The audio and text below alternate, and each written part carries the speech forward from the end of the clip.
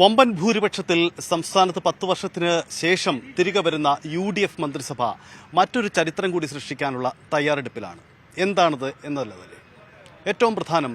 വനിതകൾക്ക് പ്രാതിനിധ്യം പൊതുവിൽ തെരഞ്ഞെടുപ്പ് രംഗത്ത് കൊടുക്കുന്നില്ല എന്ന പഴി കേൾക്കാറുള്ള മുന്നണിയും പാർട്ടിയുമാണ് കോൺഗ്രസും UDFും ഒക്കെ.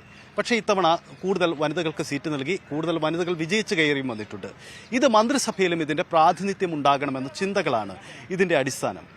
ഈ കണക്ക് നോക്കുമ്പോൾ ഇത്തവണ ഒന്നിലധികം വനിതാ മന്ത്രിമാർ VD സതീശൻ മന്ത്രിസഭയിൽ ഉണ്ടാവാനുള്ള സാധ്യതകളാണ് UDF കേന്ദ്രങ്ങളിൽ ഉയരുന്നത്. മന്ത്രിസഭയ്ക്കൊരു പുതുമുഖം വേണം, പതിവ് ശൈലികൾ തിരുത്തപ്പെടണം. ഇത് VD സതീശൻ്റെ ഒരു ആവശ്യമാണ്, ഒരു ശൈലിയാണ്, അദ്ദേഹത്തിൻ്റെ ഒരു പ്രപ്പോസലാണ്.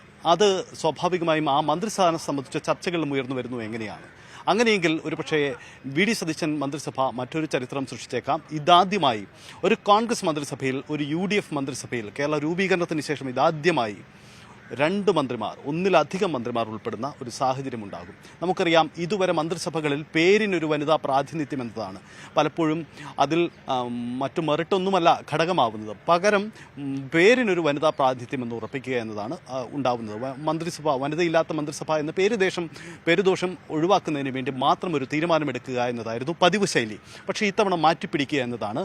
ഒന്നിലധികം വനിതകൾ ഇത്തവണ VD സതീശൻ മന്ത്രിസഭയിൽ ഉൾപ്പെട്ടേക്കാം. അങ്ങനെയെങ്കിൽ അത് ആരൊക്കെ എന്നതാണ് പ്രധാനപ്പെട്ട ചോദ്യം. ഇവിടെ ഉയരുന്ന സാധ്യതകൾ എങ്ങനെയാണ്? ബിന്ദു കൃഷ്ണ വനിതാ മുഖ്യമന്ത്രിയാവാൻ സാധ്യത കൽപ്പിക്കപ്പെടുന്ന ഒരാളാണ്. ഷാനി മോൾ ഉസ്മാൻ, രണ്ടും കോൺഗ്രസിന്റെ പ്രധാനപ്പെട്ട നേതാക്കളാണ്, ഉയർന്ന സീനിയർ നേതാക്കളാണ്. ഇരുവരെയും മന്ത്രിസഭയിലേക്ക് കൊണ്ടുവരാനുള്ള സാധ്യത ഒട്ടും ചെറുതല്ല. അത് കാര്യമായി തന്നെ പരിഗണിക്കുന്നു.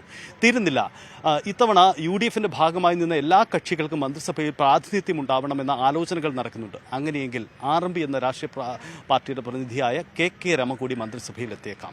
ഇടതുപക്ഷ മുഖമാണ്. നേരത്തെ തന്നെ CPMനെതിരെ വലിയ കടന്നാക്രമണം നടത്തിയ ആ പാർട്ടിയും ആ പാർട്ടിയുടെ ജനപ്രതിനിധിയും മന്ത്രിസഭയിൽ കൂടി ഉണ്ടാവണമെന്ന ആഗ്രഹം പൊതുവിൽ ഉയർന്നു വരുന്നുണ്ട്. അങ്ങനെയെങ്കിൽ KK രമ കൂടി മന്ത്രിസഭയിൽ ഉൾപ്പെട്ടാലും അത്ഭുതപ്പെടുന്നില്ല. അപ്പോൾ ഒരു കാര്യം ഏറെക്കുറെ ഉറപ്പാണ്, ഒന്നിലധികം വനിതാ മന്ത്രിമാർക്ക് പ്രാതിനിധ്യമുള്ളതായി മാറാൻ സാധ്യതയുണ്ട് VD സതീശൻ മന്ത്രിസഭ എന്നതാണ്. ആ രീതിയിൽ കൂടിയാണ് ചർച്ചകൾ പുരോഗമിക്കുന്നത്. ഈ ചർച്ചകളുടെ എല്ലാം സാധ്യതകൾ പല ഘടകങ്ങളെ ആശ്രയിച്ചുകൊണ്ടാണ്. അതുകൊണ്ട് തന്നെ ഇതിന്റെ പുരോഗതി വളരെ പ്രധാനപ്പെട്ടതാണ്. എന്തായാലും ഒന്നിലധികം വനിതാ മന്ത്രിമാർ എന്ന ആലോചനയിലേക്ക് കോൺഗ്രസ് കടന്നിരിക്കുന്നു എന്നതാണ് പ്രധാനപ്പെട്ട കാര്യം. പേരിനൊരു വനിതാ മന്ത്രിയെ ഉൾപ്പെടുത്തുകയല്ല, മറിച്ച് പ്രധാനപ്പെട്ട വകുപ്പുകളിൽ അടക്കം വനിതകളെ കൊണ്ടുവരിക എന്ന ആലോചനകൾ കൂടിയുണ്ട്. അങ്ങനെയെങ്കിൽ എല്ലാ അർത്ഥത്തിലും ഒരു ചരിത്രം എഴുത്തുകൂടിയാവാം VD സതീശന്റെ മന്ത്രിസഭ എന്നതാണ് പ്രധാനപ്പെട്ട കാര്യം. ഇനി നമുക്ക് നോക്കാം, കേരളത്തിന്റെ മന്ത്രിസഭകളിൽ, കേരളത്തിലെ വിവിധ സർക്കാരുകളിൽ ഒന്നിലധികം മന്ത്രിമാർ പദവികൾ വഹിച്ചിട്ടുണ്ടോ എന്ന കാര്യം.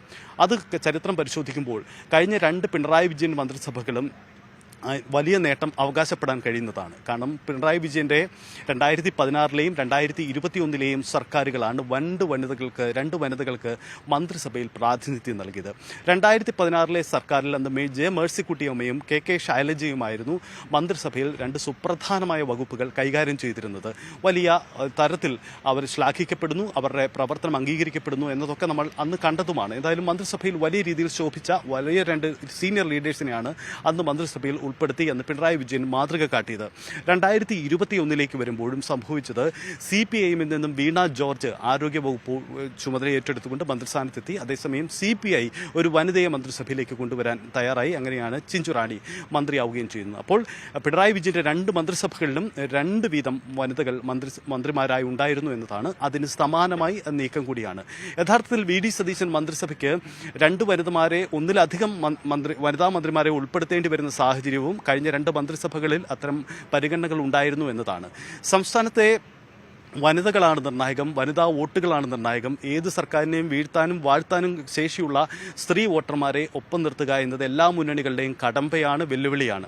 ഇത്തവണയും മന്ത്രിസഭാ രൂപീകരണത്തിലും ആ ഒരു പ്രതിസന്ധിയും UDFിന് മുന്നിലുണ്ട്. അതുകൂടി കണക്കിലെടുത്തുകൊണ്ടാണ് 2 വനിതാ മന്ത്രിമാർ, ഒന്നിലധികം വനിതാ മന്ത്രിമാർ എന്നാണ്. ഒരുപക്ഷെ അത് 2 അതല്ലെങ്കിൽ 3 ആയാലും അത്ഭുതപ്പെടേണ്ടതില്ല എന്നതാണ് UDF കേന്ദ്രങ്ങൾ നൽകുന്ന സൂചന. അങ്ങനെയെങ്കിൽ അത് ചരിത്രമെഴുത്താവും എന്ന കാര്യത്തിൽ തർക്കമില്ല.